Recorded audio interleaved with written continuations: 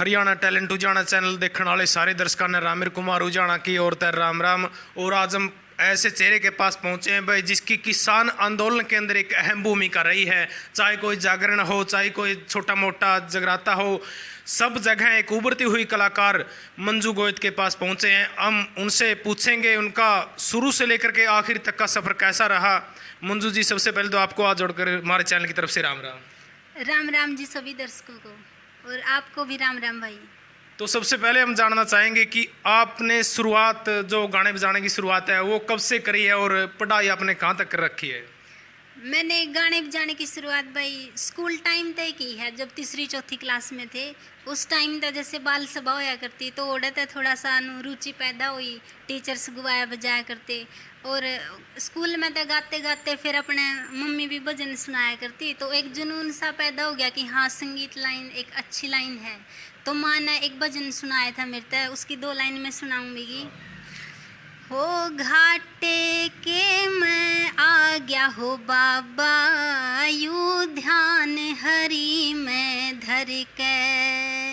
घाटे के मैं आ गया हो बाबा, यूं ध्यान हरि में धर के।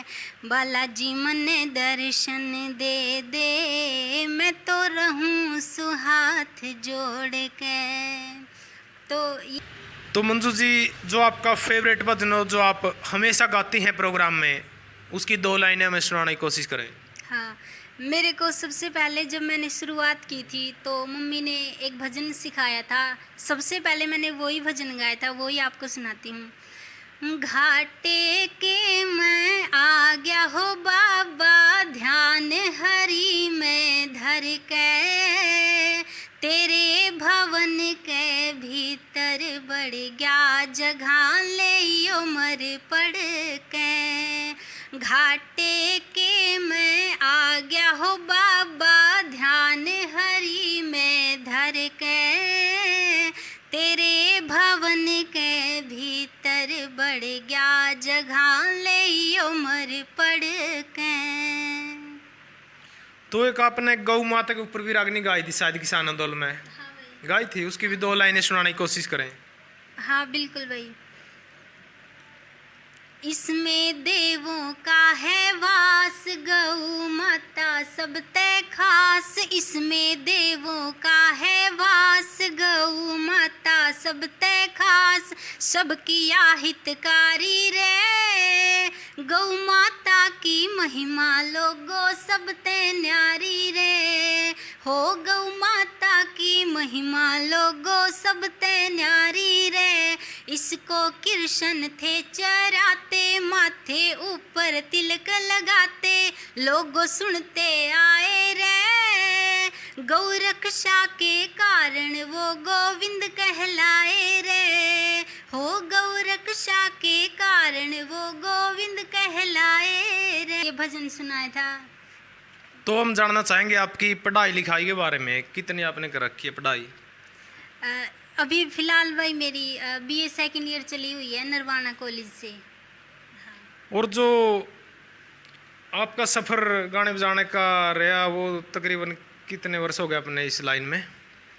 इस लाइन में मेरे को 7 से 8 साल हो गए भाई। जैसे स्कूल टाइम से लगे थे तो वहाँ से लगते लगते अब तक एक कोशिश जारी ही है, चले हुआ है सफ़र में। तो आपने एक क्यों नहीं सोचा कि आजकल जो डीजे सॉन्ग होते हैं उनके अंदर आऊँ मैं, और रातों रात आजकल जो डीजे सॉन्ग होते हैं उनके रातों रात कलाकार हिट हो जाते हैं। आपने ये नहीं सोचा कि मैं एक डीजे सॉन्ग के अंदर भी आऊँ, मैं भी रातों रात हिट हूँ? तो आपने सिर्फ, हमने देखा कि आप किसान आंदोलन के अंदर ज़्यादातर आपने रागनियाँ गाई हैं या जगराते करती है, जागरण करती है, ये नहीं सोचा कि मैं भी इस लाइन में आऊँ? हाँ नहीं, मतलब मेरा तो खुद का ये है कि मैं अपनी संस्कृति को आगे बढ़ाऊँ। वो अपने हरियाणा प्रदेश की बात है या फिर अपने जो आजकल सभ्य विचार हैं उनको हम जनता के सामने रिप्रेजेंट करें। क्योंकि डीजे सॉन्ग का एक अलग मेथड है और अपना इसका अलग मेथड है। तो मेरा तो ऐसा नहीं हुआ और मैं खुद अपने किसानों के साथ और अपने सभ्य विचारों के साथ ही कोशिश को जारी रखना चाहूँगी। तो जो किसान आंदोलन चलिया, कम से कम 1.5 साल चलिया है किसान आंदोलन, और उसमें आपकी अहम भूमिका रही है। हमने देखा है कि जगह जगह आपके प्रोग्राम और आपने रागनियाँ गाई वहाँ पर प्रोग्रामों के अंदर। तो उस किसान आंदोलन में आपको कितना कुछ प्यार मिला है, क्या कुछ वहाँ से आपने प्राप्त किया? वहाँ से मेरे को बहुत ही प्यार मिला। मेरी शुरुआत ही बहुत एक, जिसको बोलते हैं कुछ ना कुछ माध्यम होता है हर एक इंसान का, तो मेरा माध्यम सबसे बेस्ट किसान आंदोलन था। वहाँ पे मैंने शुरुआत की तो बहुत एक अच्छा प्रेम भी मिला और एक अच्छी रिस्पेक्ट भी मिली, और आगे आगे फिर मैं बढ़ती चली गई। तो सभी का ऐसे प्यार था, तो वहाँ पर भी अपने एक चैनल की भी शुरुआत करी थी, तो बहुत ही अच्छा प्रेम रहा सबका। तो देखो भाई, मंजू गोयत जी है, इनका एक चैनल भी है। चैनल का नाम आपका मंजू गोयत म्यूजिक के नाम से शायद है, नहीं, मंजू म्यूजिक हरियाणा। मंजू म्यूजिक हरियाणा के नाम से चैनल है। तो आजकल हम देखते हैं कि बहुत से ऐसे कलाकार हैं, उन्होंने एक अश्लीलता और असभ्यता इस संस्कृति के अंदर पैदा कर दी है। क्योंकि इस संस्कृति के अंदर जो पुराने, जो पंडित लक्ष्मी चंद, पंडित मांगेराम, धनपत राय जी, जो जाट मेहर सिंह, उनकी रागनियाँ होती थी, वो एक अपने एक सभ्यता के अंदर रह करके ये सब कुछ गाते थे। लेकिन आज के अंदर एक अश्लीलता और अभद्रता जो पैदा कर दी है इन कलाकारों ने, उनके बारे में आप क्या कहना चाहोगे? उनके बारे में तो यही है भाई, देखो एक मतलब थोड़ा करो लेकिन अच्छा करो।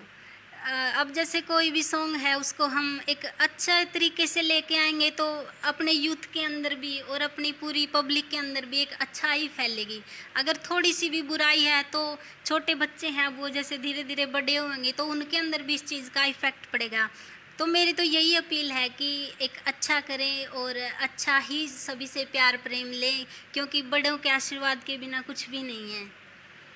तो देखो भाई, जैसा सुनेंगे वैसी उनको प्रेरणा मिलेगी, क्योंकि गलत देखें तो गलती प्रेरणा मिलेगी। अगर अच्छे संस्कार, अच्छे शब्द, अच्छे कीर्तन सुनेंगे तो उनको अच्छी प्रेरणा मिलेगी।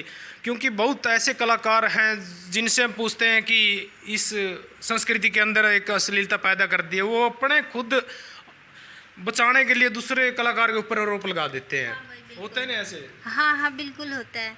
क्योंकि हमने मान लो अपने गांव को ठीक करना है या फिर शहर को या फिर स्टेट को, तो उससे पहले हमने खुद को भी ठीक करना होगा, खुद के विचार सही करने पड़ेंगे, तब जाके ही हम किसी और को भी कर पाएंगे।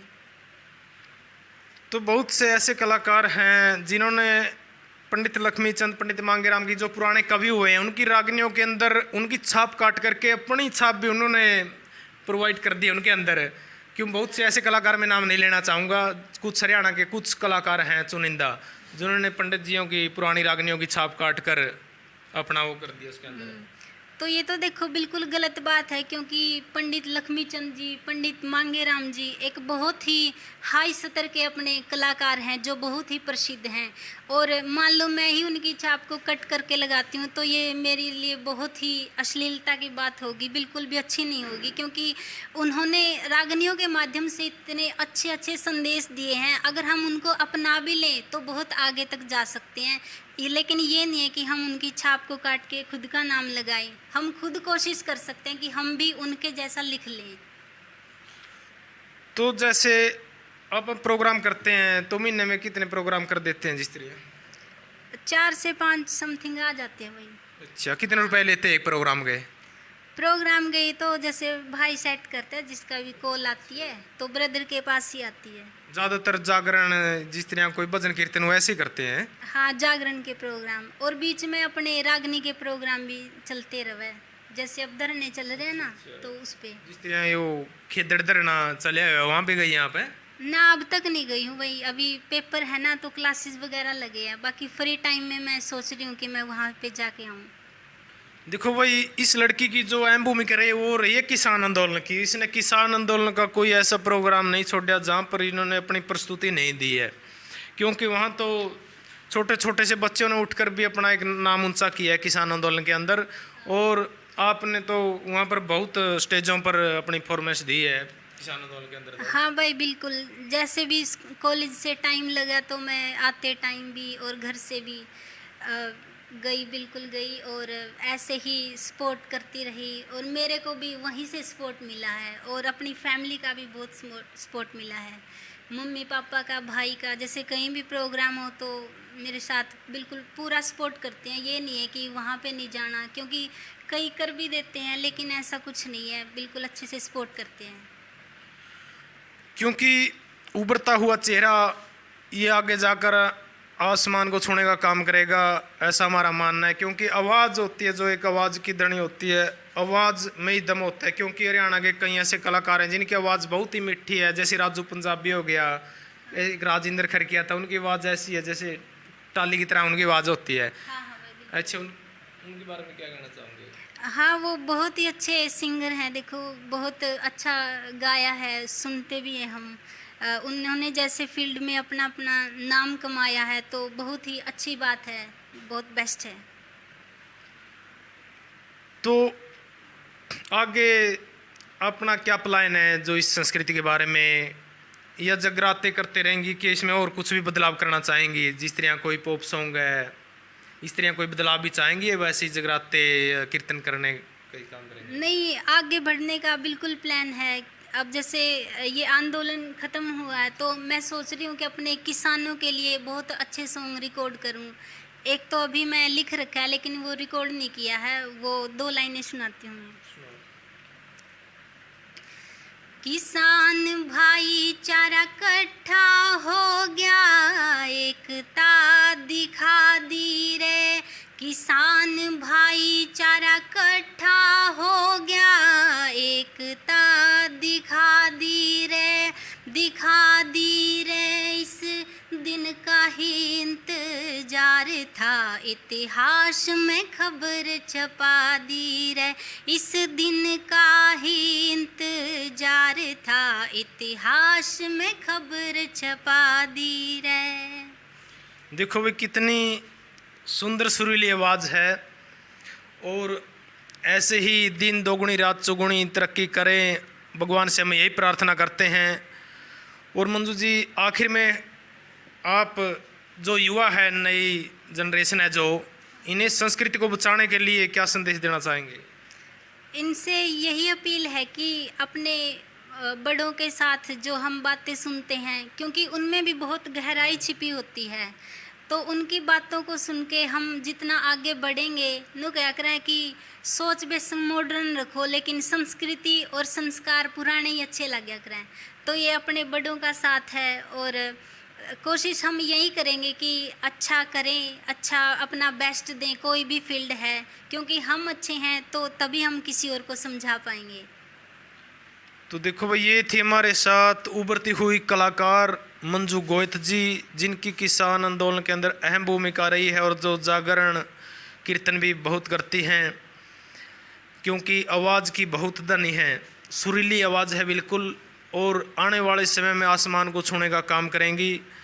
तो मंजू जी, आपने हमको बहुत कीमती समय दिया, इसके लिए आपका बहुत बहुत धन्यवाद। आपका भी बहुत बहुत धन्यवाद भाई, क्योंकि आप भी घर पे आए और मेरे को इस लायक समझा, मैं भी अपने 2 शब्द बोल पाई।